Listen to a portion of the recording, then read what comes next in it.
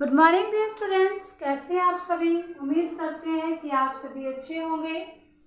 तो बेटा जी, आज हम करने वाले हैं क्षितिज गद्य भाग से। पद्य भाग हमने कंप्लीट कर लिया है। आज हम करेंगे क्षितिज गद्य भाग से। क्या करने वाले हैं हम? क्षितिज गद्य भाग से करेंगे तो पाठ नंबर 1, दो बैलों की कथा, जिसके लेखक हैं मुंशी प्रेमचंद जी। इसके लेखक कौन हैं? मुंशी प्रेमचंद जी। मुंशी प्रेमचंद जी। अब इसमें देखिए बेटे, मुंशी प्रेमचंद जी का जन्म लिखेंगे। सबसे पहले जीवन परिचय मुंशी प्रेमचंद जी का जान लेते हैं कि मुंशी प्रेमचंद जी कौन थे। मुंशी प्रेमचंद जी का जन्म 1880 में मुंशी प्रेमचंद जी का जन्म कब हुआ था? इनका जन्म हुआ, यहाँ पर हम लिखेंगे लेखक परिचय। जन्म हुआ 1880 में बनारस के लमही नगर में। बनारस के लमही में हुआ था। गांव में स्थित निकट लमही नामक गांव में, लमही गांव में लिख दीजिए। इनका बचपन का नाम क्या था, या फिर हम बात करें मूल नाम, बचपन का नाम इनका था धनपत राय। क्या था? धनपत राय। इनके बहुत सारे क्या है बेटे, मुख्य रचनाएं हैं इनकी। सेवा सदन, कर्मभूमि, रंगभूमि, गबन, निर्मला, गोदान आदि। अब यहाँ पर अगर हम बात करते हैं तो यहाँ पर क्या होगी, इनकी मृत्यु के बारे में हम बात करते हैं। ज्यादा चर्चा न करते हुए केवल हम इनका नाम, जन्म जान लेते हैं कि मुंशी प्रेमचंद जी का जन्म 1880 में लमही गांव में हुआ था और इनके बचपन का नाम धनपत राय है, धनपत राय था। इनकी मृत्यु कब हुई थी? 13 वर्ष के थे तभी इनकी क्या कर दी थी? विवाह कर दिया गया था। उनका देहांत 1936 ईस्वी में उनका देहांत हो गया था। जन्म 1880 में बनारस के लमही गांव में, जबकि बचपन का नाम उनका धनपत राय था और इनकी मृत्यु जो है 1936 ईस्वी में हो गई थी। तो बेटा जी, सबसे पहले अब हम अपने चैप्टर की तरफ बढ़ते हैं कि प्रेमचंद जी ने दो बैलों की कथा में क्या कहने की चेष्टा की है। प्रेमचंद जी ने दो बैलों की कथा के माध्यम से कृषक समाज व मनुष्यों के भावना, पशुओं के कृषक समाज क्या होता है? इसमें सबसे पहले क्या है इसका मुख्य बात? कृषक समाज व पशुओं के बीच। कृषक समाज क्या होता है? पशुओं के भावनात्मक संबंधों को दर्शाया है। भावनात्मक संबंधों को दर्शाया है। सबसे मुख्य बात क्या है? कृषक समाज क्या होता है? किसान। क्या होता है? किसान। कृषक मीन्स किसान। यहाँ पर कृषक समाज व पशुओं के भावनात्मक, उनकी भावनाओं के बारे में इसमें बताया है कि किस प्रकार से किसानों की जो भावनाएं है वो पशुओं के साथ है। इसमें दो बैलों के बारे में बात की जा रही है तो उनके पशुओं के भावनात्मक संबंधों को दिखाया है। दूसरी मुख्य बात इस चैप्टर में ये मुख्य बात क्या आई है कि सभी को आजादी प्यारी होती है। क्या होती है? आजादी प्रिय होती है। आजादी को बड़े ही संघर्षों के साथ प्राप्त किया जाता है। संघर्षों से प्राप्त किया जाता है। कहते हैं कि आजादी सहज रूप से नहीं मिलती। आजादी को हमें क्या करना पड़ता है? आजादी को हमें संघर्षों से प्राप्त करना पड़ता है। आजादी को क्या करना पड़ता है? संघर्षों से प्राप्त करना पड़ता है। यदि कोई भी व्यक्ति हो, जैसे मान लीजिए अब हम आज मनुष्य को ही देख लो कि प्राणी इधर उधर दाएं बाएं घूम रहा है, लेकिन किसके लिए? क्या उन्होंने संघर्ष नहीं किया? क्या जो हमारे फ्रीडम फाइटर थे उन्होंने संघर्ष किया? तभी क्या हुआ, आज हम लोग इधर से उधर एक स्थान से दूसरे स्थान पर जा रहे हैं, अपनी मर्जी का खा रहे हैं, पी रहे हैं, वो सभी चीजें इसके अंदर हम ऐड करते हैं। तो इस चैप्टर के अंदर मुख्य बात क्या है? कृषक समाज व पशुओं के भावनात्मक संबंधों को दर्शाया गया है। आजादी प्रिय होती है, लेकिन आजादी सहज रूप से प्राप्त नहीं होती। आजादी के लिए हमें क्या करना पड़ता है? बार बार संघर्ष करते रहना पड़ता है। तो डियर स्टूडेंट्स, इस चैप्टर के मुख्य पात्रों पर एक नजर डाल लेते हैं। मुख्य पात्र कौन कौन से हैं इस चैप्टर के अंदर? देखिए, इस चैप्टर के अंदर मुख्य पात्र सबसे पहले तो जैसा कि नाम है, दो बैलों की कथा। कथा का मतलब क्या होता है? कहानी। क्या होता है कथा का मतलब? कहानी। अब दो बैलों की कथा, कथा मतलब कहानी की, दो बैलों की कहानी है।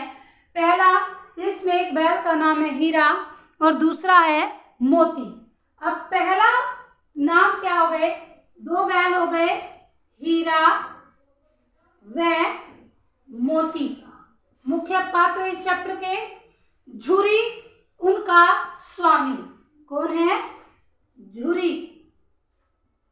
झुरी क्या होता है? बैलों का स्वामी।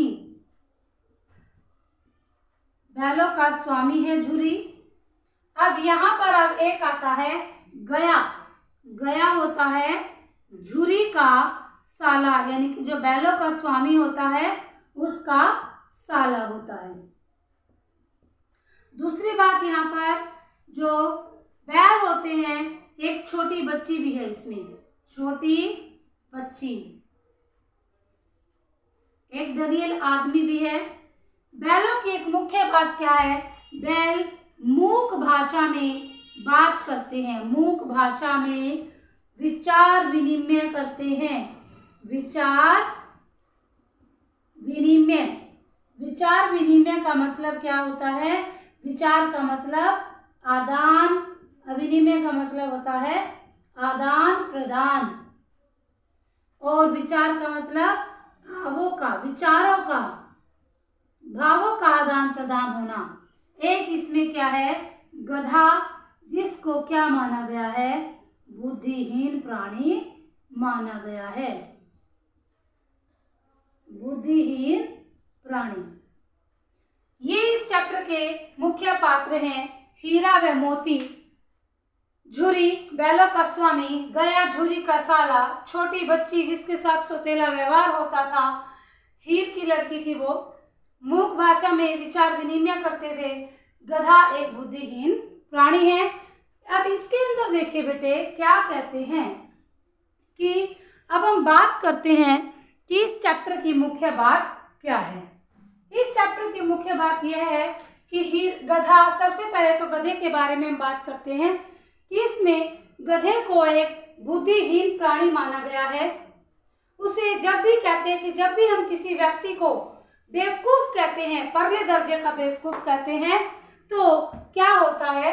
जब भी हम किसी व्यक्ति को बेवकूफ कहते हैं, परले दर्जे का, तो हम कहते हैं कि गधा, पागल, तो गधे का मतलब यहाँ किससे लिया गया? बुद्धिहीन प्राणी। हम कहते पागल हो गया, गधा हो रहा, गधा बन गया, बिल्कुल इस तरीके से। तो यहाँ पर क्या कहते हैं कि गधे को एक बुद्धिहीन प्राणी माना गया है। लेकिन यहाँ पर कहा गया है कि गधा एक बुद्धिहीन प्राणी नहीं है, उसे एक नई संज्ञा दी है कि गधे के अंदर ऋषि मुनियों के गुण होते हैं, सद्गुण प्रकाष्ठा पर होते हैं, चरम सीमा पर होते हैं। क्यों होते हैं? क्योंकि गधे को सूखा भूसा, कैसा भी गली सड़ी घास डाल दो, किसी भी प्रकार से रखो, कितना मारो पीटो, उसके चेहरे पर कभी भी असंतोष के भाव दिखाई नहीं देते, उस पर विषाद स्थायी रूप से छाया रहता है। तो डियर स्टूडेंट्स, अगर हम बात करते हैं अब आगे कि बैल को भी क्या कहते हैं? बैल को भी बछिया का ताऊ कहा जाता है। अब कहते हैं कि बैल, गधा, इनको भी गुस्सा आ जाता है। गाय भी कभी ना कभी सिंहनी का रूप धारण कर लेती है। लेकिन बैल क्या होते हैं, बैल बड़ी ही अड़ियल प्रवृत्ति के होते हैं। अब बेटा इसमें क्या मुख्य बात कही है, अब इसमें कहते हैं कि हीरा और मोती नाम के जो दो बैल हैं उनके बीच में बहुत गहरी दोस्ती थी। वो उनकी बातों को, अपनी बातों को मूक भाषा में ही बातचीत कर लेते, बिना बोले चाले ही। मूक का मतलब क्या होता है, गूंगी भाषा, बिना बोलचाल की भाषा। मूक भाषा बिना बोलचाल की भाषा के ही क्या कर लेते हैं, वो उनको अपने विचारों को समझ लेते हैं। हीरा और मोती में इतनी गहरी दोस्ती थी कि वो अगर खेत में हल जोतते तो क्या करते, एक वो सोचता कि मेरे कंधे पर भार ज्यादा आ जाए, दूसरा सोचता कि मेरे कंधे पर भार ज्यादा आ जाए। उसके बाद फिर कहते हैं कि एक बार हुआ यूं कि हीरा के जो स्वामी है झुरी, उन्होंने अपने बैलों को गया को दे दिया, उसके साला ले गया। तो बैलों को लगा कि उनको बेच दिया गया है, उनको रोक दिया गया है, लेकिन उन्होंने कहा आपस में बातचीत की, भाई चाहे हमसे काम तो जितना मर्जी करवा ले, लेकिन हमें इस प्रकार से बेचा है। तो उन्होंने क्या किया, ही गया को बहुत परेशान किया, उनके घर पर काम भी नहीं किया, गया ने उनको बहुत मारा पीटा, सूखा भूसा इस प्रकार से दिया, अत्याचार किए। लेकिन अंत में क्या हुआ कि यहाँ पर बात हुई है पशुओं के भावनात्मक संबंध और कृषक समाज। तो अंत में क्या हुआ कि जो गया के झुरी के बैल थे वो गया के स्थान से उठ करके कहाँ पर चले गए, झुरी के दरवाजे पर वापस वहीं पर मिले। तो इससे पता चलता है कि जो झुरी है वह अपने बैलों से बड़ा ही प्यार करता था, उन्हें चारा अच्छे प्रकार से डालता था, खली डालता था, अच्छे प्रकार से पानी पिलाता था, काम करवाता था तो उसे अच्छा खाने को देता था, प्यार करता था, अपने ऐसे आलिंगन से अपनी बाहों में प्रेमालिंगन भी उनसे करता था। तो उन्होंने वहां पर जाकर गया को बड़ मिस किया। ऐसे ही इनके साथ बहुत सारे हादसे होते रहे। उनको कांजी होश में भी बंद कर दिया गया। मटर के खेत में भी उन्होंने एक सांड से फाइट की थी। तो कांजी होश क्या होता है, कांजी होश होता है कि जहां पर कैद पशुओं को, मवेशी पशुओं को, आवारा पशुओं को कैद कर दिया जाता है, वहां पर भी लगभग 15 दिनों तक हीरा और मोती को वहां पर भी पकड़ कर डाल दिया गया था। वहां पर डालने से क्या हुआ, कुछ क्षण बाद हीरा ने दीवार को टक्कर मारकर तोड़ दिया और 9-10 प्राणी वहां पर, कुछ गायें थी, कुछ बकरी थी, कुछ गधे थे, कुछ भैंसें थी, तो खुद भी थे। तो उन्होंने जैसे दीवार को धक्का मारकर गिराया तो वहां से 9-10 प्राणी और जान बचाकर भाग निकले। तो इस प्रकार से बेटे वहां पर कांजी होश से जब उन्हें बाहर निकाला गया तो एक दड़ियल व्यक्ति ने उन्हें बोली लगा, नीलामी के लिए उसे खरीद लिया। तो वहां पर दड़ियल व्यक्ति ने देखा कि जब वो हीरा और मोती को लेकर जा रहा था उस रास्ते से, हीरा मोती को लगा कि ये तो जगह जो है जानी पहचानी सी है। तो वो जगह जानी पहचानी को देख करके क्या करने लगे, उन्होंने अंत में अपने स्वामी को देखा और वो अपने स्वामी के पास चले गए। तो डियर स्टूडेंट्स, आज के लिए यहाँ पर आपने देखा कि यहाँ पर ये बात देखने को मिलती है कि इन दोनों बैलों में बहुत ही गहरी दोस्ती थी। वो प्यार की भावना को समझते थे। अगर उसे प्यार था तो वो क्या करने लगा, वापस से अपने स्वामी के पास चले गए। तो इसीलिए कहते हैं कि सभी को आज़ादी प्रिय होती है और प्यार की भावना पशु भी समझते हैं। तो आज के लिए बेटे इस क्वेश्चन से 1 मार्क्स के वेरी शॉर्ट क्वेश्चन आंसर्स आप खुद बना करके लिखेंगे। मैं आपके होमवर्क हॉलीडेज के बाद उसको चेक करूँगी। Thank you, have a nice day.